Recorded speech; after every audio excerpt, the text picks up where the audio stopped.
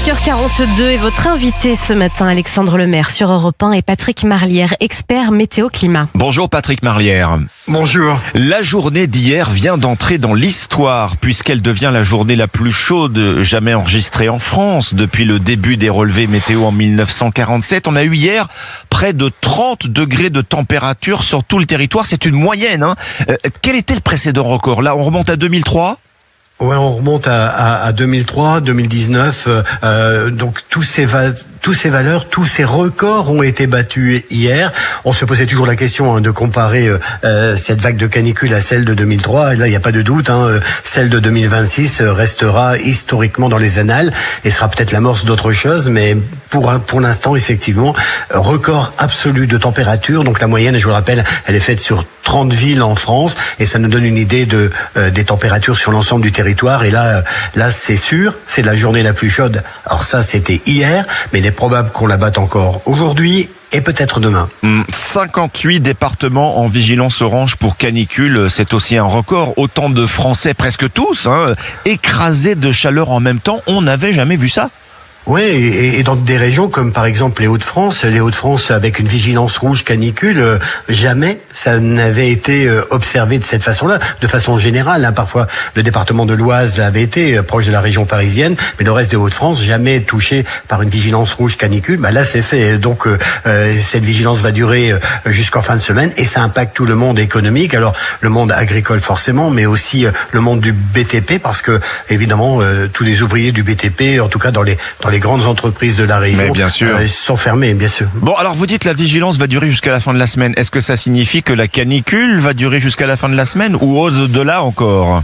Même au-delà, même jusqu'au week-end. En tout cas, elle va peut-être baisser d'un cran dans certains départements. Ça sera le cas sur la Bretagne, par exemple, parce qu'à partir de jeudi, va s'amorcer par l'ouest une dégradation orageuse qui va d'abord toucher la pointe Bretagne, le nord-ouest de la France, ensuite très lentement, parce que cette poche d'air chaud qui est présente sur la France aura du mal à se décaler progressivement vers l'est.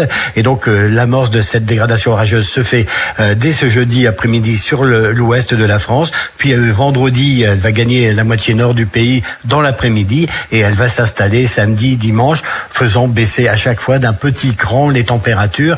On approchera moins des 40 degrés, mais il fera toujours très chaud. Oui, très lentement, dites-vous, Patrick Marlière. Effectivement, sortir des journées de canicule, ça veut pas forcément dire non plus sortir des nuits tropicales. Où en sommes-nous actuellement ? On voit dans les grandes villes des températures minimales au petit jour qui frôlent les 30 degrés. Oui, c'est le cas à Biscarrosse ce matin. Je regardais 29 degrés 7 à Biscarrosse ce matin dans les Landes. Je voyais, c'est tout l'ouest aussi, en Vendée, 29 degrés 5. Paris, 27 à 28 degrés en région parisienne.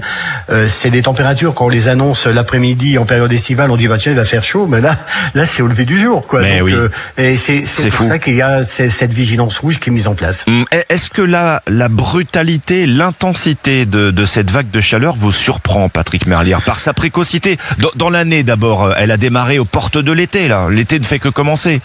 Oui, et puis sans oublier la première vague que l'on a eue au mois de mai, dans la deuxième quinzaine, qui nous faisait déjà un peu peur avec ces 30 degrés qui étaient dépassés sur Brest. Et puis là, effectivement, cette vague de canicule, elle s'est installée. On savait pas au départ qu'elle allait durer aussi longtemps. Les modèles réajustaient, et d'ailleurs tous les jours, ils prolongent les journées quasiment. On a vu l'aggravation, oui. Ouais, et ça s'est prolongé régulièrement. Et là actuellement, la descente des températures semble s'amorcer vraiment à partir de la semaine prochaine. Mais quand je dis descente des températures, ça restera des températures estivales, 25, 27 degrés. Donc c'est vraiment surprenant. Oui. Ça surprend tous les météos aussi. Bon, Patrick Marlière, je rappelle que vous êtes expert météo-climat. On a parlé de la précocité dans l'année. Est-ce que cette vague de chaleur se produit également plus tôt que prévu dans les projections du réchauffement climatique cette fois? Oui, parce que effectivement, je me souviens, on voit tous sur les réseaux sociaux fleurir ces cartes qui étaient qui dataient de 10 à 12 ans ou 15 ans, où on annonçait, on l'avait fait nous-mêmes dans la société, annoncer ce que seraient les étés des années 2050.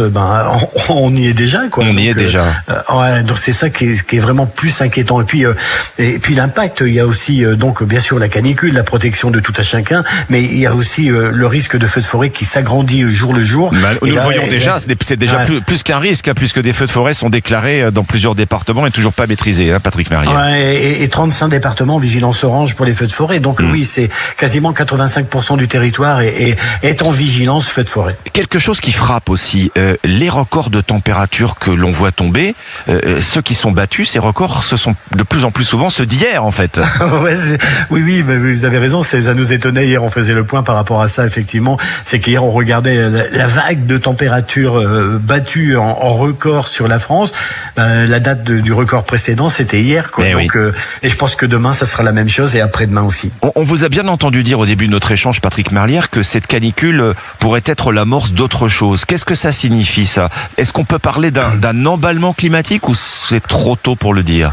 Alors, c'est un peu trop tôt parce que les modèles météo, alors même s'ils nous surprennent aujourd'hui par rapport au réajustement qu'ils font quotidiennement, on est un peu inquiet sur les nouvelles vagues de chaleur ou nouveaux dômes de chaleur qui pourraient s'installer cet été. Qui pourraient ou qui vont? Les modèles peuvent le prédire ou pas? Non, c'est pas. Vous savez, les modèles météo, plus on s'éloigne, quand on est à court terme déjà, on peut le voir avec ce qui nous concerne aujourd'hui, c'est difficile d'être très précis. Alors je vous dis pas au-delà d'une semaine, 15 jours et un mois, ça nous donne une tendance. Et effectivement, vous savez, on interprète certains paramètres de ces modèles météo.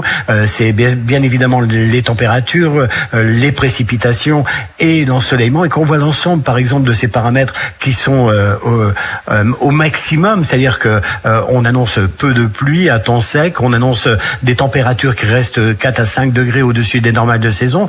Ah oui, forcément, là, on est un peu inquiet. On ne fait pas une interprétation de modèle, mais on donne une idée de ce que pourrait être la tendance de cet été. Et malheureusement, la tendance, c'est de nouveau peut-être des pics de chaleur qui pourraient s'installer en juillet et en août. Bon, c'est ce qui vous fait dire, en effet, l'amorce d'autre chose. Alors, je prends quelques records de chaleur, là, de ces dernières heures.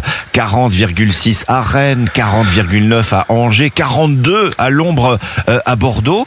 Et puis, à titre de comparaison, on a vu qu'il faisait seulement 30 degrés, par exemple, dans certaines villes côtières du Maroc. Comment expliquer que la France connaît des températures aussi élevées en comparaison?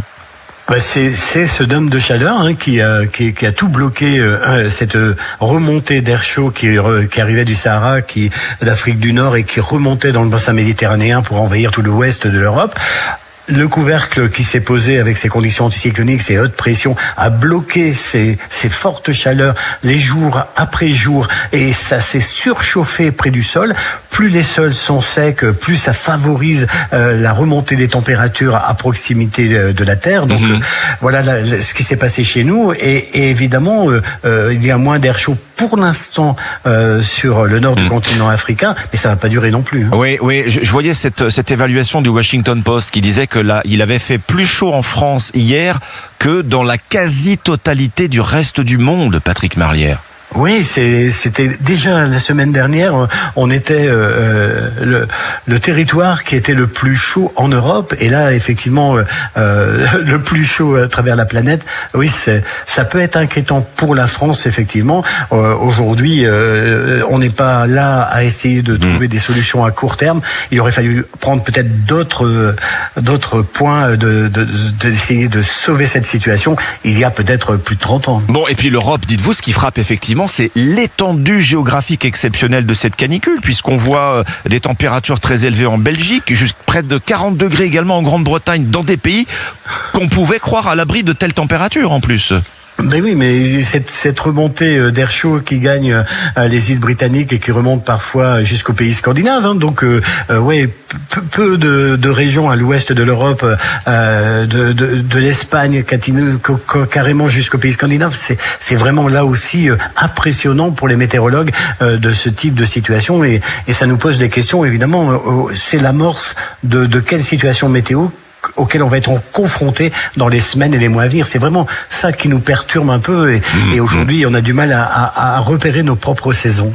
En tout cas, dans l'immédiat, vous nous avez dit qu'il va falloir tenir jusqu'à la fin de la semaine, probablement week-end inclus. Patrick Marlière, expert météo climat, merci d'avoir été avec nous ce matin sur Europe 1. Merci et bonne journée à tous.